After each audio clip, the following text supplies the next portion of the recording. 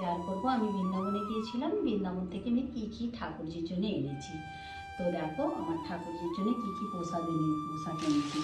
প্রথমে দেখো এখানে রাখবো কি, দেখো আমার ঠাকুরের জন্য বিস্তারা নিয়ে এসেছি। দেখো এটা একটা বিস্তারা এনেছি। আর এনেছে দেখো আমার ছোটো যে রাধাকৃষ্ণ আছে তার জন্য একটা পরপর কালারের ড্রেস এনেছি দেখো। আর আর আমি বেশি এনেছি আমার গোপালজির জন্য, কেন গোপালজি ছোটো কিনা, ছোটোর জন্য অনেক বেশি দেখো এই কালারটা তো আমার খুব পছন্দ হয়েছে। দেখো কত সুন্দর এই ড্রেসটা। আর এটা আছে রাস পূর্ণিমা আসছে, তো দেখো এই দেখো হোয়াইট কালারের একটা এনেছি। আর এই দেখো আর একটা লাল কালারের এনেছি। তারপরে দেখো এইটা আবার দুটো একসাথে আছে, দেখো একটা ব্লু আছে একটা অরেঞ্জ আছে। তো গোপালজির জন্য 5টা ড্রেস হয়ে গেছে আমার।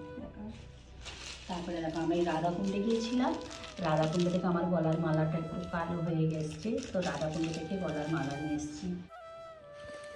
দেখো রাধাকুণ্ড থেকে অনেক মালা নিয়ে এসেছি।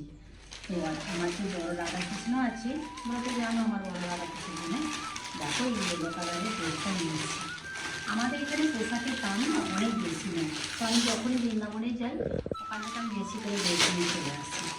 দেখো এই ড্রেসটা কত সুন্দর, দেখো ইয়েলো কালারে এত সুন্দর কাজ করা আছে। তো দেখো এই ড্রেসটা কত সুন্দর লাগছে, আমার রাধারানীকে পরলে অনেক সুন্দর লাগবে। তো দেখো এই রাধারানীর জন্য এটা নিয়ে এসেছি। আর নিয়ে এসেছি দেখো আমার এই রাধাকৃষ্ণের, দেখো একটা বড় বড় কৃষ্ণজির জন্য এই মটকটা নিয়ে এসেছি। তারপরে ছোটো কৃষ্ণজির জন্য দেখো কত মটক নিয়ে এসেছি। দেখো অনেকগুলো মটক নিয়ে এসেছি, ওখানে সব কমে পাওয়া যায়। বৃন্দাবনে আমি যখনই যাই একবারে বেশি করে নিয়ে চলে আসি। আর কি নিয়ে এসেছি দেখো, আমার সবচেয়ে বেশি নিয়ে এসেছি আমার রাধা গোবিন্দের জন্য গলার হার নিয়ে এসেছি। দেখো আমি কতগুলো গলার হার নিয়ে এসেছি। এই দেখো মাথায়, দেখো আমার রাধারানীর জন্য দেখো মাথার জন্য নিয়ে এসেছি, কত সুন্দর এটা না। নাকের নথ নিয়ে এসেছি।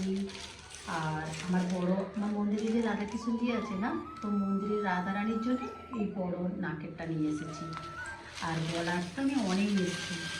দেখো এইটা আমার বড় রানীর জন্য নিয়ে এসেছি, কৃষ্ণজির জন্য এনেছি। এই দেখো কত সুন্দর, মাথার চন্দ্রিকা নিয়েছি, দেখো কত সুন্দর, দুটো চন্দ্রিকা নিয়েছি এরকম। তো তোমরা যদি কখনো যাও বৃন্দাবন থেকে, এরকম অনেক রকমের ওখানে জিনিস পাওয়া যায়। এই দেখো বাঁশুরি এনেছি, রাধা লেখা আছে এতে। তো তোমরা যদি কখনো বৃন্দাবনে যাও তো এরকম ওখান থেকে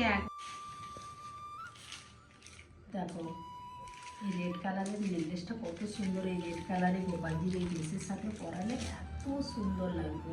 তো আমি এখন তো তোমাদেরকে দেখাচ্ছি, যখন আমি এইগুলো পরাবো না তখনও তোমাদেরকে আমি ফটো শেয়ার করবো বা ভিডিও দেখাবো কেমন হয়েছে আমার চুড়ি। তো এখানে এই চন্দ্রিকাগুলো অনেক দাম নেয় দেখো। তো এখানে এই আমার রাধারানীর জন্য চন্দ্রিকাগুলো অনেক সুন্দর হয়েছে। দুটো চন্দ্রিকা নিয়েছি, দেখো কত সুন্দর চন্দ্রিকাগুলো। আর একটা যেন আমি নিধুবনে গিয়েছিলাম, তো সকালবেলা নিধুবন থেকে সকালবেলা দেখো এরকম মেহেন্দি পেয়েছি, সিঁদুর পেয়েছি রাধারানীর কাছ থেকে। দেখো সিঁদুর ওখানে নিধুবনে যখন তোমরা যাবে না, তো ওখানে মহারাজজিকে বললে ওখান থেকে তুমি চুড়ি, কাঁচের চুড়ি, সিঁদুর, মেহেন্দি সব রাধারানী দেয় সকালবেলা। আর ওখান থেকে আমার ছেলের জন্য দেখো আমি একটা করতাল নিয়ে এসেছি। আর ওখান থেকে আর একটা রাধাকুণ্ডে গেলে না, রাধাকুণ্ডে ওখানে খুব সুন্দর সুন্দর প্রদীপ পাওয়া যায়, ছোট্ট ছোট্ট প্রদীপ। তো এই দামোদর মাসে তো আমরা প্রতিদিন প্রদীপ জ্বালি, তো আমাদের প্রদীপ জ্বালার জন্য অনেক প্রদীপ লাগে। আমার ঘরের ছেলে মেয়েরা আমরা সবাই জ্বালি, প্রতিদিন 5টা 6টা করে প্রদীপ লেগে যায়।